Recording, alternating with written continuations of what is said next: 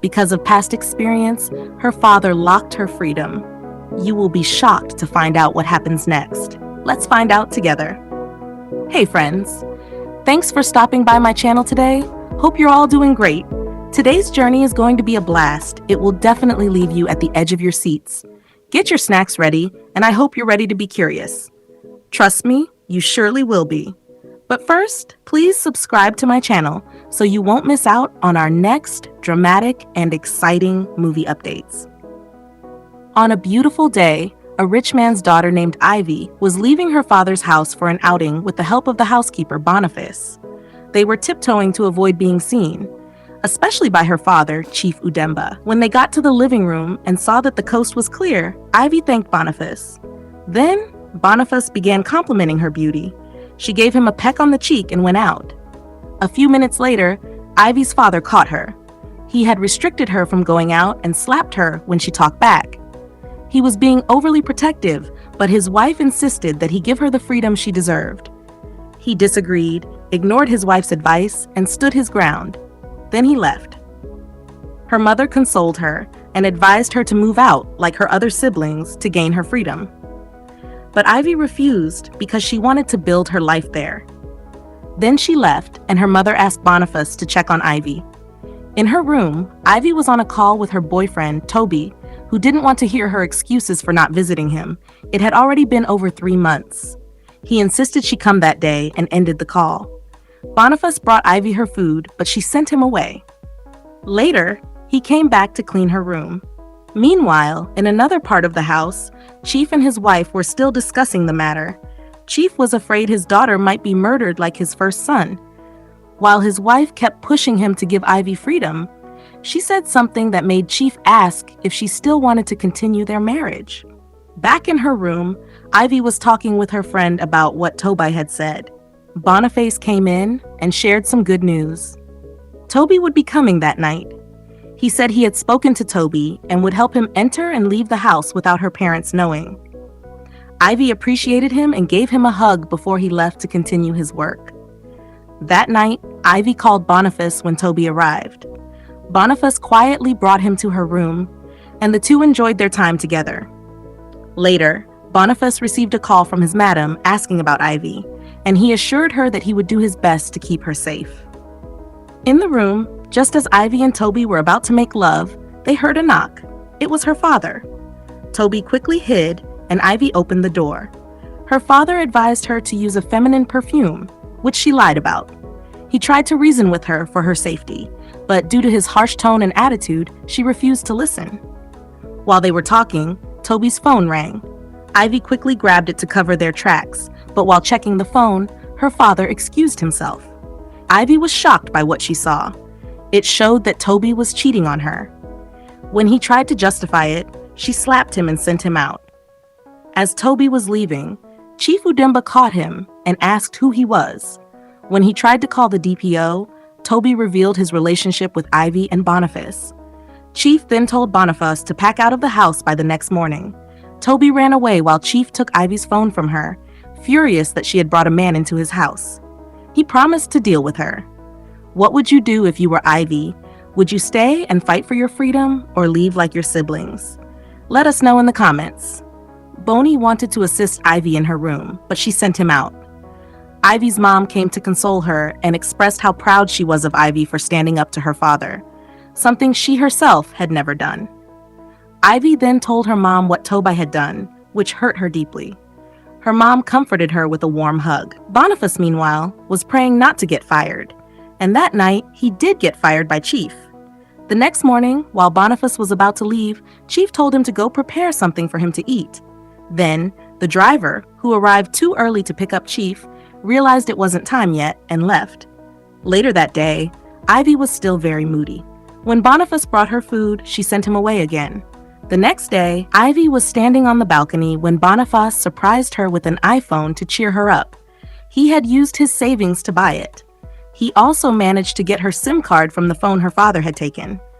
Ivy became so happy and full of life, and she appreciated the risk he took for her sake. They went inside, and Ivy was surprised to see that Boniface had washed her dirty clothes and tidied up her room. All of this was because her happiness was his priority. Ivy was overwhelmed and thanked him endlessly before he left. Days later, Ivy came to Boniface looking moody again. She was bored. He cheered her up and made her laugh. She insisted on learning how to cook, even though her parents never allowed them to do domestic work. Boniface gently changed the subject, but eventually began teaching her how to cook. They had fun in the kitchen and later enjoyed playing games together in the living room. Do you think Ivy and Boniface's bond is growing into something deeper? Or is it just friendship? Share your thoughts in the comments. The next day, Ivy was with her friend, whom she told about Toby. She had already ended their relationship. Then Boniface brought fruit juice for both of them. The moment felt special for Ivy, and then he left. Ivy spoke about Bonnie's kindness, and they decided to go to her room. In the room, Ivy and her friend were amazed by Boniface's work. When her friend insisted that he loved her, Ivy dismissed it, saying he wasn't her class or spec. She also said some hurtful words, unaware that Boniface was in the restroom. He overheard everything and angrily left. Ivy was speechless because he had heard it all. Later that day, Ivy went to apologize to Boniface, but he ignored her, saying he was just a house help. She then ordered him to bring food to her room, which he did. When he brought her water, it spilled on the floor. She apologized again, but he kept throwing her words back at her, using them as a reason to stay away. Guys, this is really touching. If you were in Boniface's shoes, would you forgive Ivy? Kindly share your thoughts as we see what happens next. The next day in the kitchen, Ivy apologized to Boniface again and promised to be more mindful of her words. He then opened up about his intentions of doing something great in life, though money was one of his limitations. While he was happy with his current job, Ivy's happiness and joy were what kept him going. He forgave her, and they both enjoyed the moment together. Later that day in Ivy's room, Boniface reminded her of her father's instructions about drinking. She used emotional blackmail to convince him to bring her the alcohol she requested. She also used emotional blackmail to get him to drink with her. They both got drunk and ended up making love. That night, Ivy's mom, who had been looking for Boniface, came to ask Ivy if she had sent him somewhere. Meanwhile, he was hiding in her room and managed to sneak out without anyone noticing. Do you think Ivy truly values Boniface, or is she just using him? Let us know your thoughts in the comments. The next day, Boniface was very excited about what had just happened. However, Ivy found out she was pregnant. She shared the news with her friend who had seen the pregnancy test. Her friend was shocked when Ivy said Boniface was responsible. They planned to keep the news from Chief. Not long after, Ivy's mother came in to return her phone and told her that her presence was needed in the living room. In the living room, Toby was there with Ivy's parents. Her father explained his intentions and said he had done some background checks. He wanted to know if Ivy still wanted to continue the relationship, but Ivy made it clear that she didn't because Toby had cheated. She ended things and left. Back in her room, Ivy and her friend Laura were trying to figure out what to do about the pregnancy. Suddenly, her mother walked in unannounced and discovered what they were hiding. She was shocked. Then her father came in, having overheard their conversation, and asked what was going on. Ivy told him she was pregnant for Boniface. He was surprised too. Surprisingly, her father remained calm. He called them both together and asked Boniface to take care of Ivy. Then he left, but everyone was still in shock. Unknown to them, Chief had gone to his room to look for his gun. Ivy's mother quickly ran to warn them, and they escaped. They ran to Boniface's house, where his sister Anita served Ivy some food. Ivy apologized to Boniface for dragging him into the situation. Boniface took the opportunity to express his love for her and promised to make life better for her. But Ivy told him she didn't love him the same way. She wanted to keep the child not because of love, but because she didn't support abortion.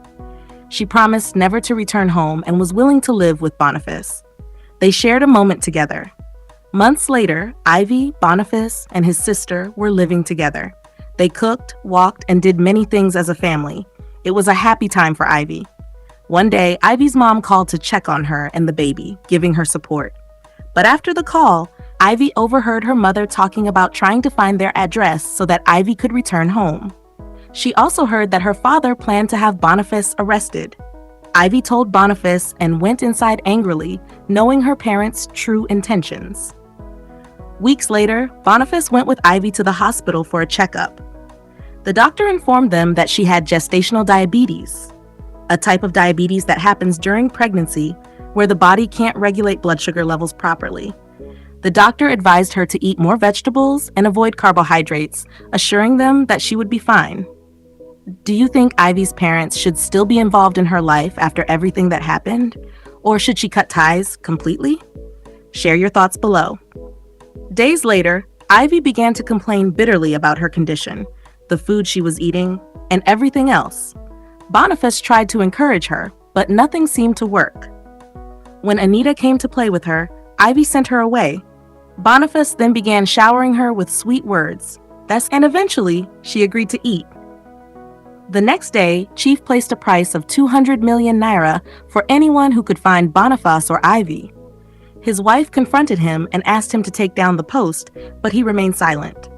That night, Ivy and Anita tried to call Boniface, but his number wasn't going through.